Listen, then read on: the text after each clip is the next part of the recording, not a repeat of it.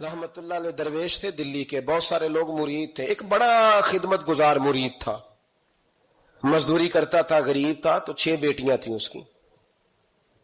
حضرت صاحب کے پاس روز آ کے کہتا حضور بچیوں کے لیے دعا کرے، اللہ کوئی اسباب پیدا کر دے. ایک بچی کی شادی کا خرچہ 1000 دینار ہے اور میں غریب ہوں. حضرت صاحب دعا کر دیتے. خانقاہ شریف کے تھوڑے ہی فاصلے پر حضرت جہاں بیٹھ کے مریدوں کی تربیت کرتے تھے، اس سے تھوڑا ہی فاصلے پر نا ایک عیسائی رہتا تھا، بڑا مالدار تھا، بڑی سارے اونٹ، گائیں، بھیڑ، بکریاں رکھی ہوئی تھی، اور حضرت شرف الدین رحمت اللہ علیہ کی بڑی مخالفت کرتا تھا. اور یہ جو آپ کا غریب مرید تھا، یہ اس کا پڑوسی تھا. ایک دن بلا کے نا ان کو کہنے لگا کہ تو کدھر جا کے جو ہے وہ ٹکرے مار رہا ہے، وہاں سے کچھ نہیں ملنے والا. وہ تجھے کیا دیں گے جن کی خانقاہ خود چندے پہ چلتی ہے، مدرسہ چندے پہ چلتا ہے، مسجد چندے پہ چلتی ہے، تیری بیٹی کا معاملہ کہاں حل ہوگا؟ تو اس درویش نے کہا کہ تو میرے پیر کو نہیں جانتا، تو مجھے میرا محبوب نہیں ڈٹھا، تو پتہ نہیں نا، تو اس رستے کا مسافر نہیں، تو نہیں جانتا. ان کا بس چلے نا تو وہ ہر قیمت میں میری بیٹیوں کی شادی کرا دے. اب وہ عیسائی تھا، کہنے لگا اچھا چلو ٹھیک ہے، اگر اتنی بات ہے نا تو جاؤ ان سے جا کے کہہ دو کہ 6 سال کے لیے میرے ساتھ معاہدہ کر لیں، تو میرے جانوروں کو چارہ ڈال دیا کرے، 6 سال ڈیوٹی کرے، میں 6000 دینار دے دیتا ہوں. وہ میرے ساتھ 6 سال میرے جانوروں کو چارہ ڈالے رکھتے ہیں نا آپ، چارہ ڈالنے کے لیے ایڈوانس پیسے دے کے. اب تو لوگ انہیں بھی غلام ہی بنا لیتے ہیں، بڑی تھوڑی تنخواہ دیتے ہیں، ظلم کرتے ہیں، پورا معاوضہ نہیں دیتے. حضرت شیخ شرف الدین کے بارے میں وہ کہنے لگا جا اپنے پیر سے جا کے کہہ کہ میرے جانوروں کو 6 سال چارہ ڈالے، میں 6000 دے دیتا ہوں، تو جو کہتا ہے ہر قیمت پہ جانے کو تیار ہے. اس نے جب یہ بات کی تو مرید نے ناراض ہو گیا، وہ لڑائی ہو گئی، گریبان پکڑ لیا، جھگڑا ہوا، بات بڑی دور گئی. اس طرح کی بات کرتا میرے حضرت کے بارے میں، تیرے جیسے کئی میں وہاں کام پہ رکھا دوں. جب وہ بڑی بحث ہوئی، بات محلے میں، علاقے میں پھیل گئی، دنیا نے سن لی، تو شیخ شرف الدین تک بھی پہنچ گئی. اس طرح جھگڑا ہوا ہے. لوگ سو گئے عشاء کی نماز کے بعد. حضرت صاحب نے نا سر پہ کپڑا لیا، اس عیسائی کے دروازے پہ دستک دی. وہ باہر آیا، فرمانے لگے لوگ تو سوچ سمجھ کے ملازم رکھتے ہیں، تو نے بھی تو سوچ ہی لیا ہوگا، تبھی تو مجھے آفر کی ہے. تو اپنی آفر پہ قائم ہے؟ واقعی مجھے رکھ لے گا اور 6000 دینار دے دے گا؟ کہنے لگا جا بابا کام کر اپنا. فرمایا نہیں، تو نے اتنے لوگوں میں بات کی، اتنی بحث ہوئی، تو قائم ہے؟ کہنے لگا میں تو قائم ہوں، پر آپ نے نہیں قائم رہنا. فرمایا میں سوچ سمجھ کے آیا ہوں. اس نے کہا آپ ڈیوٹی کریں گے، بحثوں کو چارہ ڈالیں گے؟ فرمایا ایک شرط، بس جب اذان ہو جائے نا تو مجھے رب کی نماز پڑھنے کی اجازت دے دینا، باقی صبح و شام جو تو کہے گا. اگر اس غریب کی بیٹیاں بیائی جائیں تو مجھے اور کیا چاہیے؟ اس کی 6 بیٹیوں کا بوجھ ہے اس کے سر پہ، تو مجھے رکھ لے. اللہ اکبر. وہ کہنے لگا چلے پہ میرے ساتھ خط بندگی کر لیں. آج کل ہم اسٹامپ کرتے ہیں، اس زمانے میں خط بندگی ہوتا تھا، غلامی کا خط. قاضی شہر کے پاس، یعنی اس کا خیال تھا کہ چلو اسٹامپ کی بات کروں گا تو بھاگ جائیں گے. فرمایا چل میں تیار ہوں. قاضی تک گئے، طے ہو گیا، 6000 دینار دے دیے. حضرت نے مرید کو بلایا، فرمایا پتر یہ لے جا، جا میری بیٹیوں کو روانہ کر دے. کہنے لگا حضور یہ کیا کر رہے ہو آپ، کچھ سوچیں. فرمایا یار جب تجھے بیٹا بنا لیا تو پھر میری پوتیاں تو لگتی ہیں نا، میرا حق تو بنتا ہے نا، جا جا کے ڈیوٹی کر، ان کو بیاہ دے. بات پھیل گئی. بادشاہ بھی عقیدت مند تھا، وہ 12000 دینار لے کے پہنچا. کیا بتاؤں ان رب کے بندوں کا دل کیسا ہوتا ہے، کیا درد ہوتا ہے، کیا رنگ. 12000 دینار لے کے بادشاہ آیا اور آ کے حضرت کو پیش کیے کہ حضور آپ دیں اس عیسائی کو ڈبل دیں اور جائیں کام کریں. آپ فرمانے لگے تو پیسے دے، شرطیں نہ لگا، میرا جہاں دل کرے گا میں خرچ کروں گا. مجھے تو مزہ ہی اب آنے لگا ہے، ابھی تو لطف آ رہا ہے، ابھی تو ذائقہ آیا ہے کچھ کرنے کا. پیسے دینے ہیں تو دے، پابندی نہ لگا، جہاں میرا دل کرے گا میں. اس نے کہا حضور ٹھیک ہے رکھ لیں. حضرت نے فجر مسجد میں پڑھی، جیب میں 12000 دینار تھے. اعلان فرمایا بھی کسی اور کی بیٹی بھی بیٹھی ہے تو پیسے میرے پاس ہیں. وہ 12000 دینار بھی بانٹ دیا، اور 12000 دینار بانٹ کے نا تو پھر چلے گئے کھیت میں چارہ کاٹنے. اس عیسائی کو کسی نے بتلایا کہ ان کے پاس تو 12000 آیا ہے، پر تجھ سے جان نہیں چھڑائی انہوں نے، کہ وعدہ یہ ہوا تھا کہ 6 دیں گے تو جائیں گے، جب تک دیں گے نہیں تیرے گھر میں کام کریں گے. وہ نا چارہ کاٹ رہے تھے. حضرت صاحب تو وہاں پہنچ گیا، دور جا کے کھڑا ہو گیا، کہنے لگا بابا پہلے تو میں نے مسلمانوں کے اخلاق سنے تھے، اب تو میں نے دیکھ بھی لیے، پر یہ بتا جب 12,000 آیا تھا جان کیوں نہیں چھڑائی؟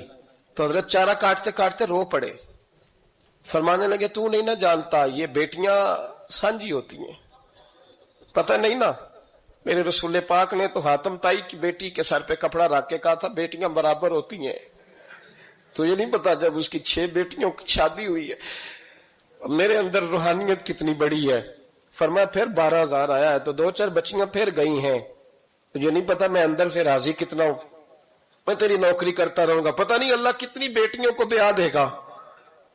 اتنا رویا وہ عیسائی کے پیروں میں بیٹھ گیا، کہنے لگا بابا میں نے تیری مخالفت کی ہے پر تیرے قریب آ کے پتہ چلا ہے کہ تو بہت اونچے اخلاق کا مالک ہے، اور اگر تیرا یہ مقام ہے تو تجھے اخلاق سکھانے والے محمد عربی کی شان کتنی ہوگی۔ ظالم کی بولیے، جاتے نہیں لوگ جھوٹے گواہ بن کے، وکیل صاحب کو نہیں پتا ہوتا کہ یہ بندہ مجرم ہے جو میرے پاس آیا، کیا مجرموں کے وکیل نہیں ہوتے؟ بولے تو اس کو پتہ نہیں ہوتا وکیل صاحب کو کہ یہ صاحب مجرم ہے، میرے پاس مقدمہ لے کے آئے، اور اگر بے ادبی نہ ہو جائے تو میرا خیال ہے قاضی عدالت کو بھی پتا ہوتا ہے کہ مجرم کون ہے اور مظلوم۔ میرے نبی پاک صلی اللہ علیہ وسلم نے اس قدر زیادہ سختی فرمائی اس مسئلے میں، فرمایا جس کو پتا تھا کہ فلاں آدمی ظالم ہے، ظلم کر رہا، پھر وہ ظالم کا گواہ بنا یا اس نے ظالم کی مدد کی، کتنی کی؟ شارحین لکھتے ہیں چاہے اس نے ایک جملہ بول کے کی، چاہے ایک، سارے بولیے، چاہے ایک غریب کو اس نے ظلم کیا تو کہتے ہیں لاج یہ سی، چاہے ایک جملہ بول کے کی، شارحین اس حدیث کی شرح میں لکھتے ہیں ایک جملہ بول کے چاہے مدد کی، جس بندے نے کسی ظالم کی مدد کی کسی مقدمے میں یا کسی صورت میں اور اسے پتا تھا یہ ظالم ہے، میرے نبی پاک صلی اللہ تعالی علیہ وسلم فرماتے ہیں اگر اس نے مدد کی، ابھی ظالم کی بات نہیں ہو رہی، ظالم کے مددگار کی بات ہو رہی، اگر کسی نے ظالم کی مدد کی تو حضور فرماتے ہیں خدا بھی اس سے بری ذمہ ہے، رسول بھی اس سے بری ذمہ ہے۔ سنبھال کے رکھے اپنی نمازیں، قربانیاں، حج، زکوٰۃ سنبھال کے رکھے۔ اگر ظالموں کا مددگار ہے، الیکشن آ لینے دے، آپ کو نظر آ جائے گا کون کون ظالموں کا مددگار ہے، نظر آ جائے گا۔ اپنی جیب سے لوگ پیسے دے کے ظالموں کی مدد کریں گے، ان کے فلیکس چھپوائیں گے، بورڈ لگوائیں گے، جیبوں سے پیسے دے کے۔ ہم نے خود آگ لگائی ہے چمن میں اپنے، بے سبب گردشی ایام کو الزام نہ دو، ہم نے خود نور کا ظلمت سے کیا ہے سودا، کر کے توہین سحر شام کو الزام نہ دو۔ ظالموں کے مددگار میدان میں آ گئے، یہ چھوٹا لفظ نہیں، میرے حبیب پاک صلی اللہ علیہ وسلم نے فرمایا جو ظالم کا مددگار ہے سن لے جو سجن کے ساتھ کچہری جاتا ہے، وہ یاد رکھے جو دوست کا گواہ بنتا ہے، وہ یاد رکھے جو کہتا ہے میں مانگی گیا تھا، مجھے بلایا گیا تھا قبضہ چھڑانے کے لیے کسی غریب بیوہ کی جائیداد پہ، کب وہ سن لے تو مدد کر کے نہیں آیا، تو خدا کے ذمے سے نکل گیا ہے۔ رسول پاک نے فرمایا تیرا میرا تعلق ختم ہو گیا، تو ظالم کا مددگار ہو گیا، پھر تو کہتا میں بے چین ہوں، میں بے قرار ہوں، میں آزمائش کا شکار ہوں، پلٹ کے دیکھ تو صحیح تیرا گناہ کتنا بڑا ہے۔ میرے نبی پاک صلی اللہ علیہ وسلم کا ایک اور فرمان سن لیں، ابن ماجہ ابو داؤد میں موجود ہے، اس حدیث کو آپ نے یاد کر لینا ہے، کر لیں گے انشاءاللہ، سارے کہیے انشاءاللہ، کر لیں گے یاد۔ حضور صلی اللہ علیہ وسلم نے فرمایا اگر تو ظالم کی مدد کرے گا نا، یہ لفظ دل کی تختی پہ لکھ لینا، یہ مکافات عمل ہے، مکافات عمل دنیا، ادھر کرو گے تو ادھر بھرو گے۔ فرمایا اگر تو کسی ظالم کی مدد کرے گا، سن لے حضور کا فرمان ہے، اگر تو ابن ماجہ ابو داؤد صحاح میں موجود ہے، فرمایا اگر تو کسی ظالم کی مدد کرے گا تو رب تعالیٰ مرنے سے پہلے پہلے تیرے اوپر بھی ظالم کو مسلط کر دے گا، تیرے اوپر بھی ایک دفعہ ظلم ضرور ہوگا اگر تو ظالم کی، وہ کسی صورت میں بھی ہو سکتا ہے، کسی صورت میں بھی تیرا بیٹا ہی اٹھ کے ظلم کر دے گا، تو الجھ جائے گا، کسی نہ کسی جگہ تیرے لیے تباہی کا سامان ہوگا، تیرے اوپر ظلم ہوگا، اس لیے کہ تو ظالموں کا مددگار ہے۔ چاہیے یہ تھا کہ تو مظلوم کی مدد کرتا، انسانی ایمانی یقین کا فریضہ سر انجام دیتا، تو ظالموں کا مددگار ہو گیا۔ ٹٹول کے دیکھ لیں، رزلٹ نکال کے دیکھ لیں، ہمارے زمانے میں ظالموں کے مددگار زیادہ ہیں، اتنی لمبی زبانیں نکال کے ظالموں کی مدد کرتے ہیں۔ بڑے بڑے کالم نویس اللہ نے انہیں قدرت دی لکھنے کی، تو اپنا قلم ظالموں کی مدد میں خرچ کرتے ہیں۔ وہ لوگ جن کو اللہ تبارک و تعالیٰ نے قدرت دی، ہمت دی، طاقت دی، کچھ لوگ ان کے حلقہ احباب میں، وہ اپنے لوگوں کو استعمال کر کے ظالموں کی مدد کرتے ہیں، ظالموں کی مدد کرتے ہیں۔ میرے نبی کریم سید عالم نور مجسم صلی اللہ علیہ وسلم نے فرمایا، اگر تو نے ظالم کی مدد کی تو جب تک تو توبہ نہیں کرے گا رب تجھ سے ناراض ہی رہے گا۔ اللہ تجھ سے، او بھائی جس سے رب بھی ناراض ہو گیا، نہ کھانا نہ پینا نہ سونا نہ جاگنا نہ نیند، پھر تیری ہر چیز تیرے لیے آزمائش ہو جائے گی، پھر تیرا سایہ بھی تیرے لیے خوف کا سامان بنے گا، پھر زندگی جیتی جاگتی لاش بن جائے گی، تو اپنے کندھوں پر اپنی میت اٹھائے پھرے گا جب تو ظالم کا مددگار ہوگا۔ اور نبی پاک صلی اللہ علیہ وسلم نے فرمایا، ظالموں کا مددگار بھی ظالم ہوتا ہے، ظالموں کا مددگار بھی، سارے بولے، ظالموں کا مددگار بھی نہیں، کو نہیں، آپ سارے نہیں بول، ایک دفعہ بولے، ظالموں کا مددگار بھی، پکی بات ہے، ظالموں کا مددگار بھی۔ اللہ اکبر، اس کا یارانہ ہو، اس کا دوستانہ ہو، جو کہے میں نے نا اس کو اوکھے ویلے کے لیے ظالم کو یاد رکھا ہوا ہے۔ کبھی مشکل پر رکھے نہیں ہوئے لوگوں نے ظالم دوست؟ کہتے میں نے رکھے ہوئے ہیں، بلکہ ہمارے دیہات میں تو کہتے ہیں میں نے بازو بنائے ہوئے ہیں۔